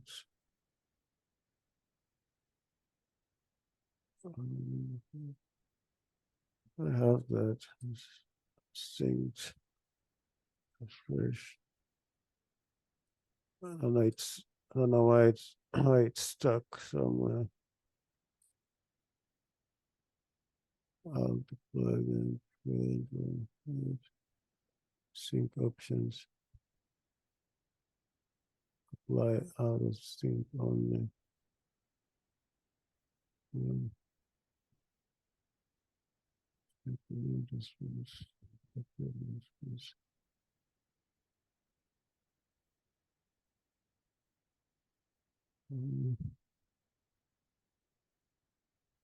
I don't know why it's why it's stuck, but yeah, I need to. I'll find out where that setting is. I need to set it so that so that it automatically syncs. But what I was gonna tell you is if I want to get my pods in the namespace or to get my deployments,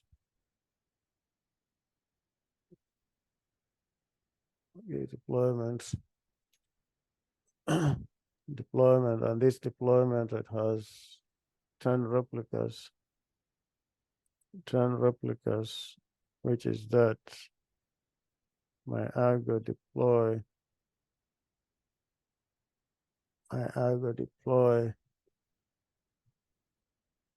which is in what namespace? Namespace is my app. Okay, my app. If I do kubectl, okay, deploy in my app namespace. I have that demo. So let me say I go here and I scale this deployment. I do kubectl. I want to scale this deployment. Scale deployment. This deployment is called demo. In which namespace? It's called my app. And I do -- replicas. I want to scale to 20 replicas. All right. So it has scaled my deployment. It has scaled my deployment to 20. But once I have done that inside of my cluster, right? I have done that inside of my cluster. I have scaled this deployment, but immediately, because my repository doesn't say that I need to have 20 replicas, it immediately shows me that it's out of sync. So what I need to do, I need to find that setting for it to auto sync, because now that because it's out of sync. So if I go and try to synchronize, right? If I try to synchronize with my repository and I synchronize, so what is going to happen is that it is going to terminate all those pods in the cluster, because the only source of truth is supposed to be my repository. So once I synchronize, it's going to terminate. So it doesn't matter what you do on the cluster. If I change something in the cluster, it is going to show me that it's out of sync. All right. Does that make sense, Joseph? Yes, Prof. It makes sense, because that was the idea I was asking the question, to know if Argos will automatically sync. Then it's very powerful tool, like very interesting, actually. Thank you, Prof. Yes. All right, Gabriel.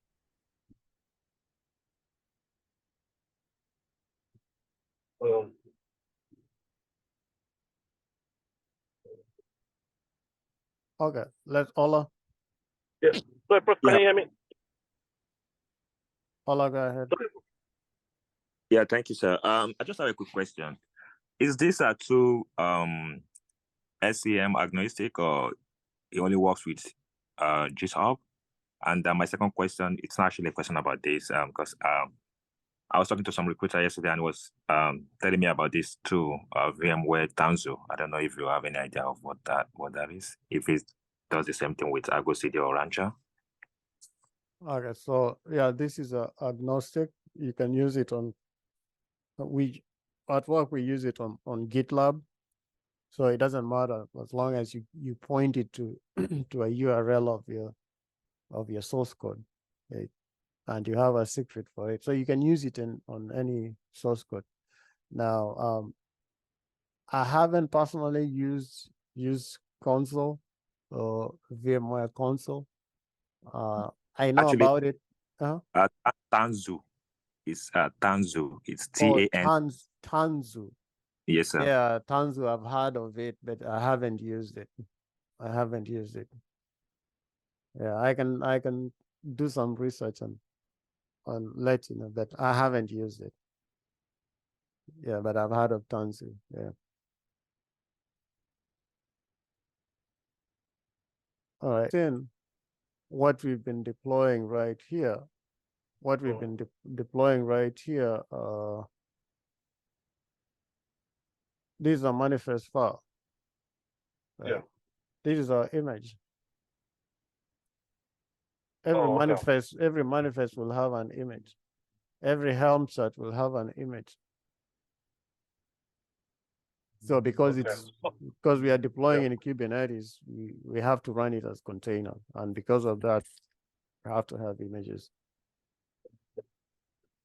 So the update to the image, we get updates to the image as well.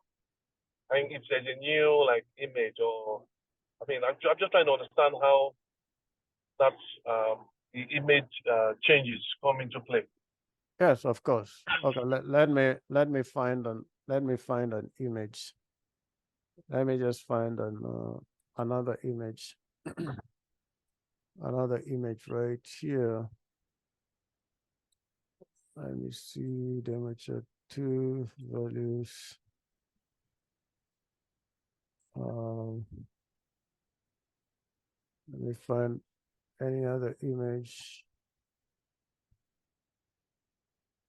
If somebody has any other image, an image that they can send me, or let me say I change the image to Nginx, so that's fine. Change the image. Marvin Web App. Marvin Web App. Yeah, I think it's in the same repo, my landmark.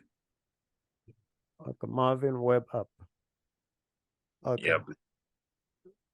Okay, so where's my ArgoCD? So right now I have this running, okay. Then I go to this, and now I change to, you say Marvin Web App? Yes, sir. Marvin Web App. I just don't know the tag. I don't know if it's latest or if you have. I think we have 32. No, there is latest. Latest, okay. Yeah, that's what we use. Marvin Web App, like that. Is that? Yes. Web dash app or web app as one word? Dash app. Dash app. Yes. Does it have a tag latest? Yes, yes, Prof. Latest. Okay. So we've changed this deployment. We've actually just changed our image to that. So let's commit our changes. We've committed our changes. Then let's see what happens with our repository. I think that's the same repo that we changed. So if I refresh it, it shows there's something that is out, right? It's out of sync. Now, if I try to synchronize it, now it's going to deploy a new set, right? A new deployment right here. So that deployment is healthy. So once it starts getting healthy, it terminates these other pods from this revision 5. And now that deployment is now healthy. So now this deployment, it has now created 10 pods of the new deployment. If I open now here, my image is Marvin Web App latest. Yeah, Marvin Web App latest. That is now the image, the current image that is running. But the thing is, it keeps a history, a history in this revision, this deployment. It had Spring Boot Mungo latest. Okay, but now my image, my pods that are running are this. So if I wanted to roll that, then again I can go to either my deployment, or rather I can go to my application. Sorry, can go to my application and I can see my history. So my history, this is the latest. That is the revision deployed a minute ago. But I want to roll back to this. So I can roll back to this. Once I roll back to that, it is going to show that it's out of sync, right? Out of sync. And now it's going to roll back to the previous, which is now revision 7. It creates a new revision. But this revision is out of sync with the repository, because in the repository I have Marvin Web App, but right now I've rolled back to Spring Boot Mungo. So that's why it's showing it's out of sync. If I synchronize it, then it is going to go to Spring Boot Mungo. So the only source of truth has to be your repository, because it's always checking your repository, comparing the cluster and the repository. But right here, now I'm on Spring Boot Mungo. I just rolled that. If I synchronize it with the repository, right? Then it is going now to revision 8. It is creating that deployment, and now revision 7, right, was a Spring Boot, but it has created a new revision, which is now synchronized to the repository, which is Marvin Web App, because that's what the repository indicates. All right. So just take time and play around with it, but you realize that it's a very powerful tool to use, and most companies are actually going for this just because of how easy it is to use and how the visibility that it gives you. Because if you're working with your boss, people who are not maybe technical, they want to see diagrams and pictures. It makes it easy. They want to see that you tell them this is our deployment and everything is good. If they say can you roll back to the previous step, then they can just see what is happening, right? They can just see what is happening. You can just roll it back and they can actually witness and see what is happening to their cluster. And if you go to the cluster, you will see that is what is there, and it's keeping all your revisions.